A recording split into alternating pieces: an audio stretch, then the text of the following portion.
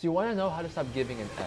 Luckily, Mark Manson titled the book just that. So I'm going to tell you the 6 best principles that you need to know. And principles 5 and 6 are the foundation for 1 through 4. So you don't want to miss those.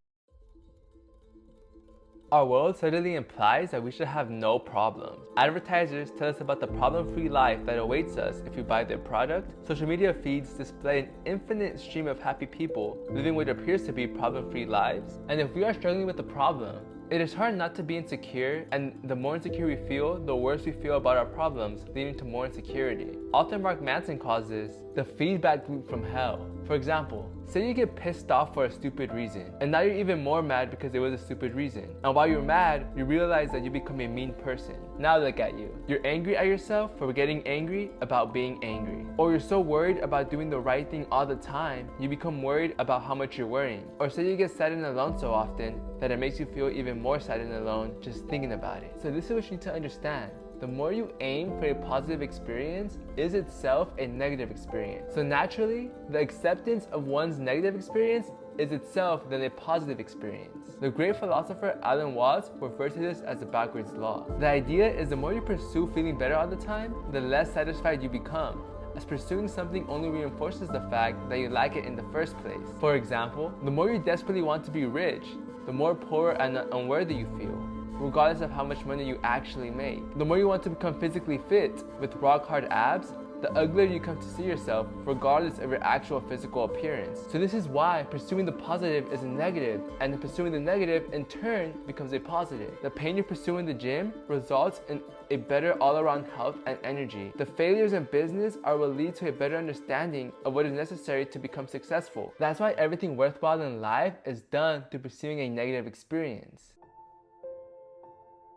Problems are constant in life. What I mean is, when you solve your health problems by buying a gym membership, you create new problems, like having to get up early to get to the gym on time, and having to sweat for 30 minutes like it's 100 degrees outside, and then getting cleaned up and changed for work or school so you don't stink up the place. Or if you get a girlfriend, you generate new problems, like figuring out what to do each week, making sure you have enough money to keep going on dates, or trying to rediscover the chemistry and spark you two feel you've lost. The truth is that problems never stop. They just get exchanged or they get upgraded. In fact, happiness comes from solving problems. The key word here is solving. If you're avoiding your problems or feel like you don't have any problems, then you're going to make yourself miserable. If you feel like you have problems that you cannot solve, you will likewise make yourself miserable.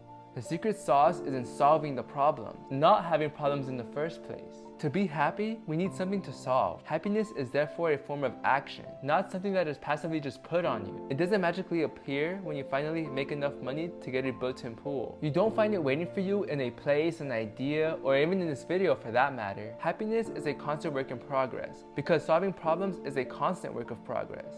The solutions to today's problem will lay the foundation for tomorrow's problems, and so on. That's why the truest form of happiness comes when you find problems that you enjoy having and enjoy solving.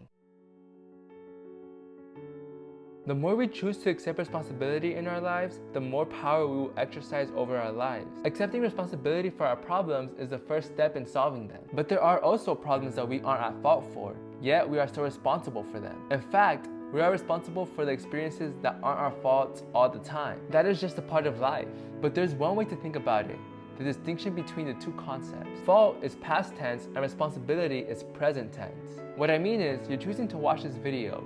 You're also choosing to think about the concepts. You are choosing to reject or accept the concepts. It may be my fault that you think my video is lame, but you are responsible for coming to your own conclusions. There's a difference between blaming someone else for your situation and that person actually being responsible for your situation. But nobody else is ever responsible for your situation but you. Many people may be to blame for your unhappiness, but nobody is ever responsible for your unhappiness. This is because you always get to choose how you see things, how you react to things, how you value things. We all have to take responsibility for the happiness and success, and we often fight over who was responsible for the happiness and success. But taking responsibility for our problems is far more important, because that's where the real learning comes from. That's where the real life improvement comes from. To simply blame others is only hurting yourself.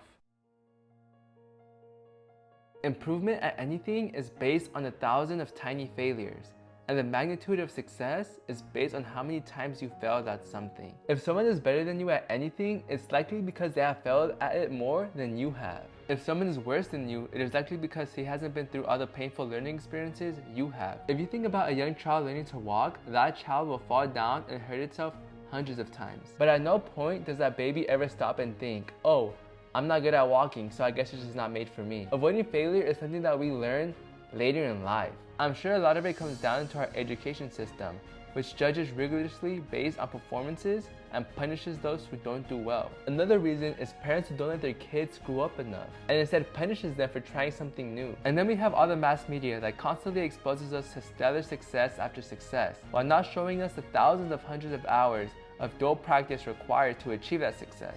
At some point, most of us reach a place that we are actually afraid to fail, when we instinctively avoid failure and stick to what is only placed in front of us or things that we are really good at. But this confines us. We can be truly successful only at something we are willing to fail at. If we're unwilling to fail, then we're unwilling to succeed.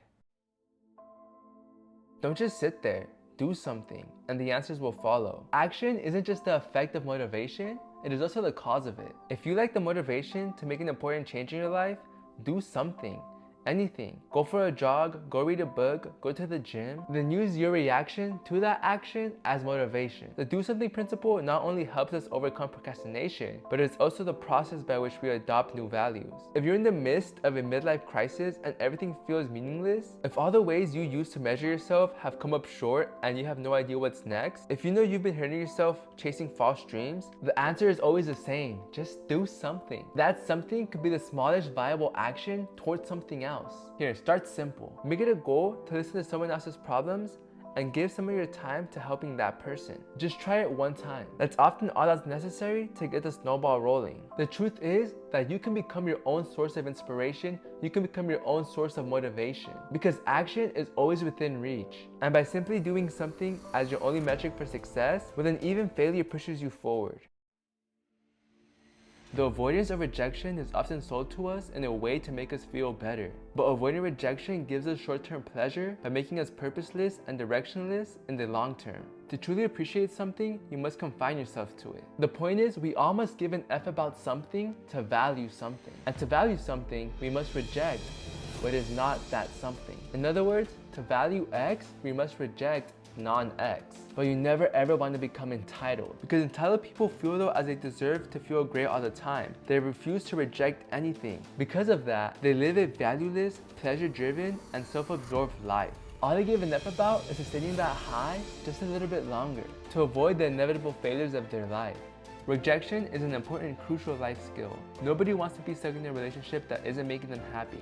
Nobody wants to be stuck doing work that they hate and don't believe in. Yet people do these things all the time because honesty is a natural human craving. But having honesty in our lives is becoming comfortable with saying and hearing the word no. In this way, rejection makes our relationships better and our emotional lives stronger. So by following this principle and every other principle that I talked about, after this video, you'll be well on your way to taking control over your life and to know what values to give an F about.